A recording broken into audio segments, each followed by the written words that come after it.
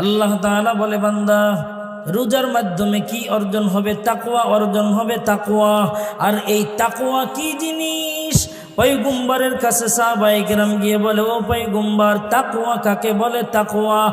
পয়গম্বর ডাক দিয়ে বলে, ও সাহাবীর দল, তাকওয়া হলো অন্তরের ব্যাপার, অন্তরের ব্যাপার। আত-তাকওয়া হাহুনা, আত-তাকওয়া হাহুনা। তাকওয়া হলো অন্তরের ব্যাপার, অন্তরের ব্যাপার। বলে, বান্দা নামাজ পড়বা, নামাজের আমলটা করলে দেখা যায়। হজ করবা, হজের আমলটা করলে দেখা যায়। যাকাত দিবা, যাকাতের আমলটা করলে দেখা যায়।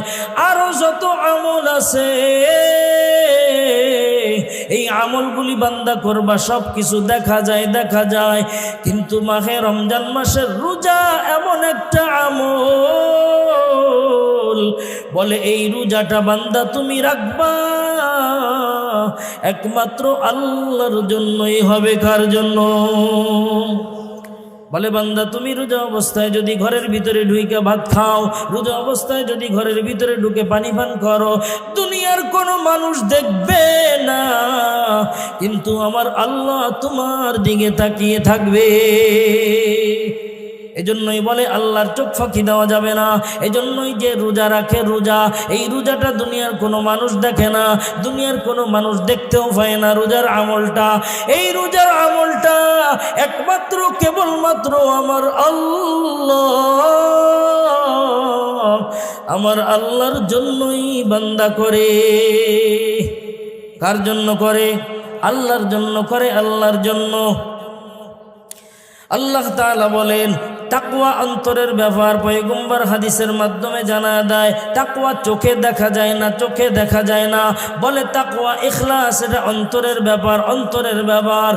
বলে আল্লাহ তাআলা অনেক সূরা নাজিল করেছেন। বলে সূরার নাম হলো ফিল। সূরার নাম কি?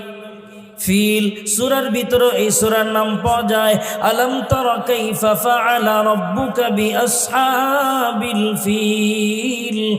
বলে সূরার নামটা হলো মাউন। এই সূরার নামটাও সূরার ভিতরে দেখা যায়। আরাআইতাল্লাযী ইউকাযযিবু বিদ্দীন ফাযালিকাল্লাযী ইয়াদউল ইয়াতীম ওয়ালা ইয়াহুদ্দু আলা তুআমিল মিসকিন ফাওয়াইলুল লিল মুসাল্লিন আল্লাযীনা হুম আন সালাতিহিম সাহুন আল্লাযীনা হুম ইউরাউন ওয়া ইয়ামনাউনাল মাউন। বলে সূরার নাম